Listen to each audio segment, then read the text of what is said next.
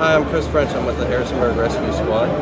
What we have standing here behind me is a 2015 Velocity non-walk-in rescue. We're going to quickly go over a couple of the details on the truck and we'll take you around and show you.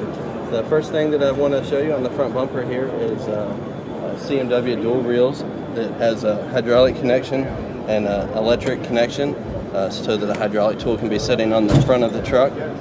Underneath the tray here that all that equipment sits on is a worn 25,000-pound synthetic winch. And then just past that is a trough for a 200-foot hose load and a 2.5 front discharge. Before we move on, the light package is a code 3 light package with Whalen Pioneer scene lighting. The light tower on the roof of the truck is a command light. Adult halide halogen. Mars lights and a rotor array on the front pretty much completes the complement. Now we'll move this direction. And we'll start with some of the compartments back here. Here we have the first compartment on the driver's side. Going back, that's where our pump panel is located. It has a 250 GPM pump with a 250 gallon tank and a 10-gallon foam cell. Above the pump panel here is the Atlas Copco compressor. It's a 16 CFM compressor at 250 PSI, which goes directly to a tank on the inside of the compartment and then onto this reel.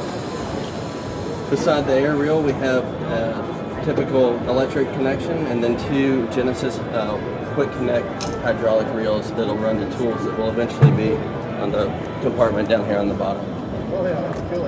In addition to the compressor and the pump, we have our light tower control and various switches to control the reels, as well as the regulator for the air reel to your right. Moving on, we have our next compartment, which has a bunch of custom bins that were made specifically for chains, AirTech connections, and a few other things that we carry. In addition to that, we have a tool tray that slides out and provides a working surface that you can write on, as well as storage on the inside of it for odds and ends and a place to put those. Below that compartment is the intake, 2.5 intake and discharge for the 250 GPM pump, as well as a small belly pan we can actually open here that folds down. Above the wheels we have two compartments. The front one is very similar to the previous compartment with more bins and storage. But the one behind that has webbing here, and behind the webbing is where all of the cribbing and vehicle stabilization equipment will be carried. The last compartment on the driver's side is the fill station for the Cascade 6-bottle Cascade system with a boost pump and two reels, a high pressure 4,500 PSI and a low pressure 300 PSI reel.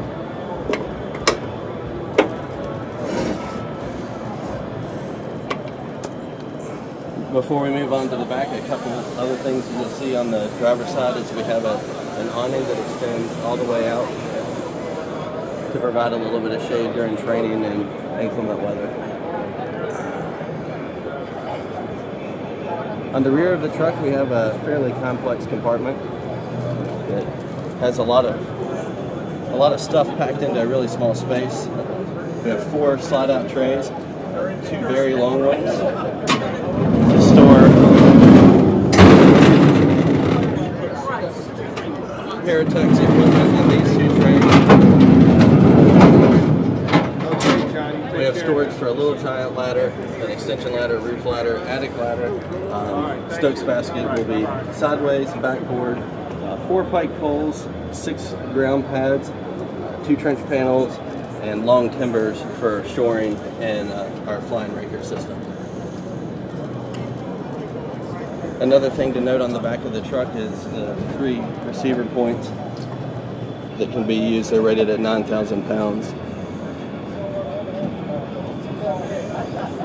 And on to the passenger side. Real quick before we move on, if you look all the way up there, you'll see a davit arm. It's used to assist with getting some of the heavier equipment off of the roof and also out of this compartment. And in the rear compartment here, the purpose behind having the davit arm there in place right here is because the Stanley hydraulic system pump hey attendees, will be in this don't miss your chance tray to meet here, and Indianapolis it has a pretty significant amount of weight to it, so you'll Kobe will be be able signing to autographs in the back of the Lucas Oil Stadium at the special events stage pull until it out, 4 p.m. put the davit arm over it, and then winch it up, slide the tray back in, and lower it to the ground without injuring anybody. Moving on, just like on the driver's side of the wheel well, we have cribbing that's protected by a netting that also, when the netting is undone and folds down, will protect the truck from the bumps and bruises of having wood cribbing coming in and out of the high compartment. This compartment is additional storage for a couple of saws that won't be in the next compartment, but as of right now, it's currently sitting empty. Here we have a 60-inch wide compartment that has the pump over the frame, and has some deep compartments that'll have some saws and a couple of the things that you won't need to readily get to, but will need to have on the low side of the truck and not on the high side of the truck. Below this compartment is a slide-out tray that slides out, and the intention of this tray is to have our initial vehicle stabilization, which we use the Meritor rescue systems for vehicle stabilization. We have those placed in the bin with the base plates and the heads ready to go with the ratchet straps. So all you have to do is pull it out, lift it up, and go to work with it. Last compartment on the passenger side here is very, very similar to its mate on the driver's side. You have the two hydraulic reels again, an air and an electric reel. Since there is not a pump panel on this side, the tray where the hydraulic equipment is going to sit is actually much wider, has a little bit better working area, and you have a tool board here that slides out that will mount hand tools and various other equipment. One unique thing in this compartment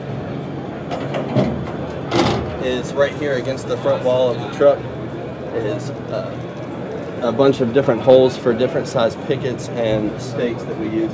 We have 4 that are this length, and they kind of steps down as it goes for the different lengths of the picket.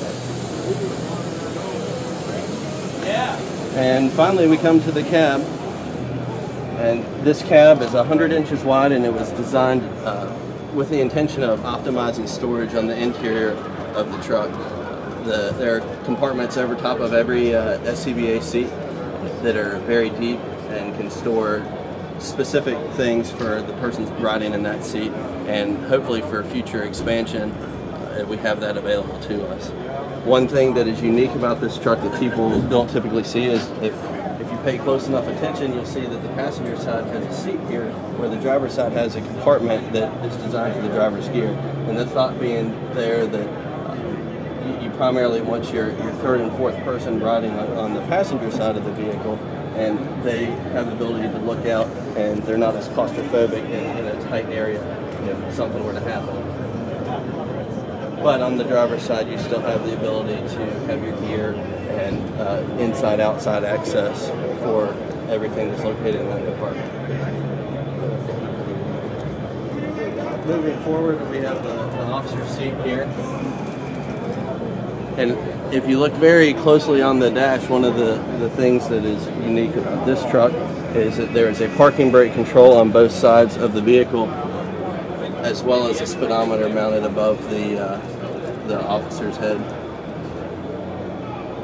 And he has controls for some of the critical things that the driver may need assistance with if it's raining or inclement weather, such as the white light cutoff, scene lights, and something that the driver's trying to focus on driving the truck that the officer can turn on and off for him.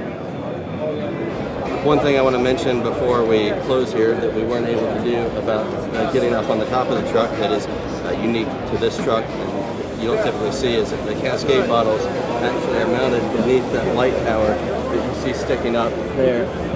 With the thought process being behind that, a truck length of service is 20 years, and we pick bottles that only have to be hydroed every 10 years, so we only have to get them out once, and there are compartments that we can roll them out and do that with. In addition, on the roof is where all the hydraulic pumps are mounted.